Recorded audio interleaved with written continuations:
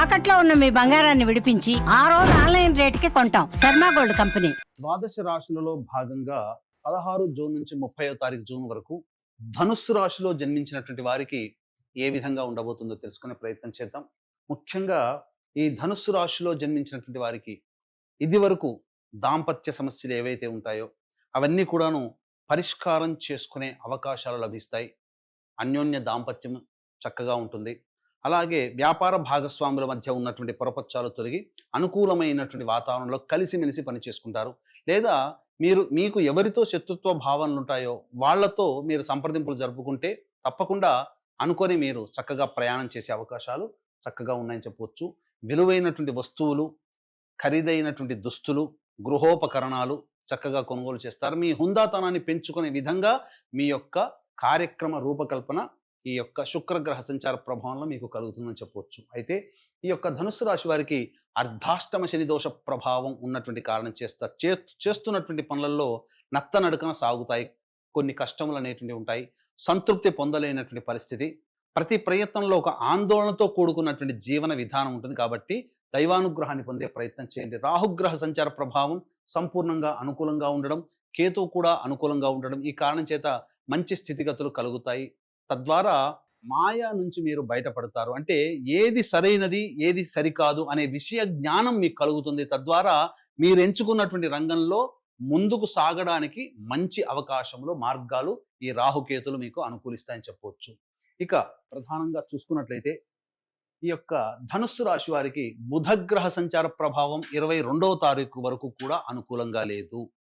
కాబట్టి ఒక వారం రోజుల పాటు అనుకూలంగా ఉండదు. 23వ తారీఖు నుంచి బుధుడు సంపూర్ణంగా అనుకూలంగా ఉన్నటువంటి కారణం చేత పెట్టినటువంటి పెట్టుబడులకి సంబంధించి లాభాన్ని పొందడం అనేటువంటిది జరుగుతుంది. లేదా మీరు ధనపరమైనటువంటి సమస్యల్ని తీర్చుకుంటారు. ఇదివరకు ఇచ్చినటువంటి డబ్బులు రాని బాకీలు 23వ తారీఖు తర్వాత వసూలయ్యే అవకాశం గోచరమవుతుంది. ముఖ్యంగా గురుగ్రహ సంచారము ఈ ధనుస్సు రాశి వారికి సంపూర్ణంగా అనుకూలంగా ఉంది. దైవానుగ్రహం ఉన్నటువంటి కారణం చేత కొద్ది ప్రయత్నంలోనే మీరు ఫలితాలు సాధించుకునే అవకాశం ఉంటుంది. కానీ అర్ధాష్టమ శని దోషం మీకు కొన్ని ఇబ్బందికర పరిస్థితులు. కాబట్టి ఇక్కడ శని మానవ ప్రయత్నాన్ని గట్టిగా చేయమని చెబుతున్నాడు. దైవానుగ్రహాన్ని గురువు అనుకూలిస్తున్నాడు, గుర్తుపెట్టుకోండి. కాబట్టి మీరు నిజాయితీగా కష్టపడండి. తప్పకుండా ఆ శని ప్రభావం నుంచి బయటపడి దైవానుగ్రహమైనటువంటి గురువు మీకు సంపూర్ణముగా యోగాన్ని కలగజేస్తున్నారు. కాబట్టి ఏ పని ఎందైనప్పటికీ కూడాను దైవ ఆరాధన తప్పనిసరి అని ధనుస్సు రాశి వారు గమనించుకోవాలి.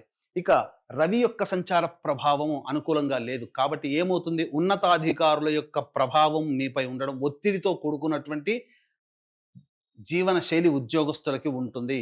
కాబట్టి అదనపు బాధ్యతలు వచ్చే అవకాశం ఉంటుంది. కాబట్టి జాగ్రత్తలు పాటించండి.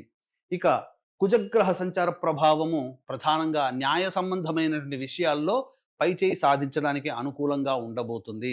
మీ ఆలోచనల ప్రభావం వల్ల ఇతరుల మీద మీరు విజయాన్ని పొందుతారని చెప్పవచ్చు. కాకపోతే ప్రధానంగా విదేశీయానం సంబంధించి చేయు ప్రయత్నాలు కొంత బెడిసి కొడతాయి. కాబట్టి జాగ్రత్తలు పాటించండి. విద్యార్థులకి మీరు అనుకున్నటువంటి కళాశాలలో మీకు లభించాలి అంటే దైవానుగ్రహం తప్పనిసరి అని గుర్తుపెట్టుకోండి.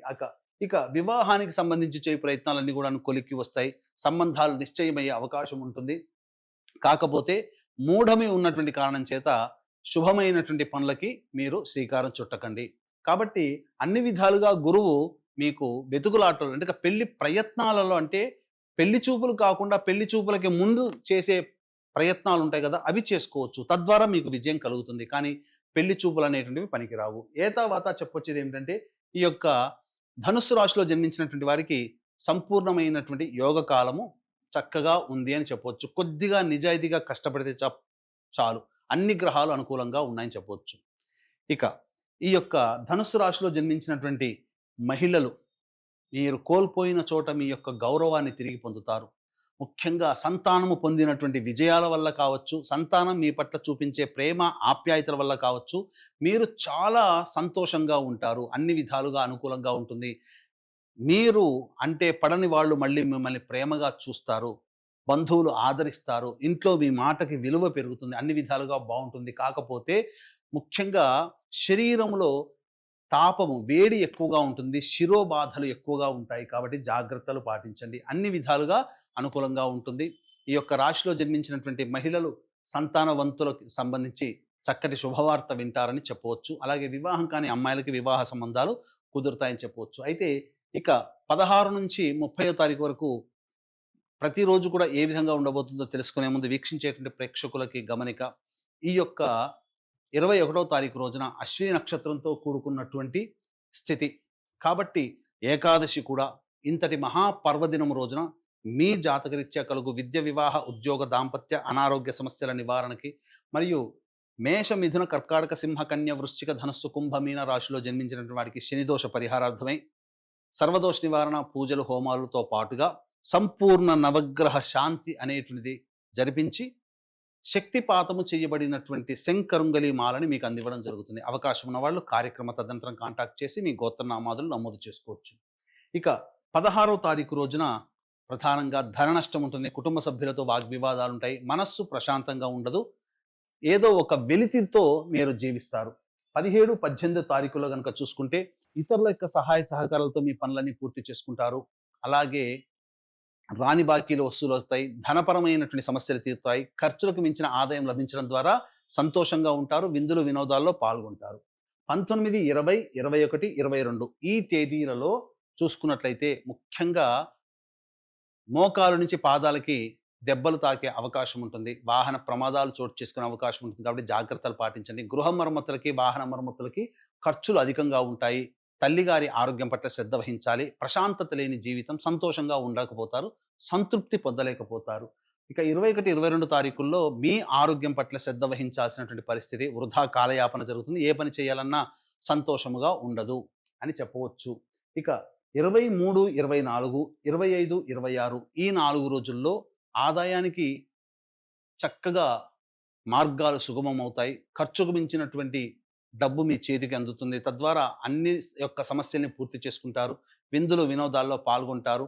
ఇతరుల సహాయ సహకారాలు మీకు లభిస్తాయి. తద్వారా అన్ని పనులని పూర్తి చేసుకుంటారని చెప్పవచ్చు. ఇక 27, 28, 29 తేదీల్లో ముఖ్యంగా ధనపరమైనటువంటి సమస్యలు ఎదుర్కొంటారు. మనస్సు ప్రశాంతంగా ఉండదు. ఏ పని చేయాలన్నా అనాసక్తి, శిరోబాధలు ఎక్కువగా ఉంటాయి. తలపోటుతో ఎక్కువగా ఉంటుంది. తలకి దెబ్బలు తగిలే అవకాశం ఉంటుంది. కాబట్టి జాగ్రత్తలు పాటించండి. ఖర్చుల శాతాన్ని తగ్గించుకోండి. అనవసరపు ఖర్చులు చేయకండి. ఇక 30వ తారీఖు రోజున సంతానం మూలకంగా విభేదాలు, సమస్యలు పెరుగుతాయి. సంతానంతో లౌక్యంగా వ్యవహరించండి. ఇతరత్ర అన్ని విధాలుగా సానుకూలంగా ఉంటుందని చెప్పవచ్చు. తర్వాత మిశ్రమం కంటే అధికంగా శుభ ఫలితాలు యొక్క ధనుస్సు రాశిలో జన్మించినటువంటి వారికి ఉండబోతున్నాయి. అయితే ప్రధానంగా ఈ యొక్క ధనుస్సు రాశిలో జన్మించినటువంటి వారికి సమస్యల పరిష్కారం కోసం ప్రతిరోజు కూడా మీకు ఏదైనా సమస్యలు ఉన్నాయంటే ఆ సమస్యల పరిష్కారం కోసం ప్రతిరోజు సూర్యుడికి నమస్కారం, సూర్యాష్టకం 6 సార్లు పారాయణం చేయడం, దత్తాష్టకం కూడా రోజుకి 3 సార్లు పారాయణం చేయడం చేసినట్లయితే చాలా మటుకు సమస్యలు తగ్గుముఖం పడతాయి. ఇప్పుడు చెప్పినటువంటి సమస్యల కంటే ఇంకా ఎక్కువగా సమస్యలు ఎదుర్కొంటున్నారు అయితే మీ యొక్క దగ్గరలోని మంచి ఉపాసనా పరులైనటువంటి జ్యోతిష్యులను సంప్రదించి వారి సలహాలు, సూచనలు కనుక పాటించినట్లయితే మరింత మెరుగైనటువంటి జీవితాన్ని పొందుతారని తెలియజేస్తూ సర్వం శ్రీ ఉమామహేశ్వర పరబ్రహ్మార్పణమస్తు.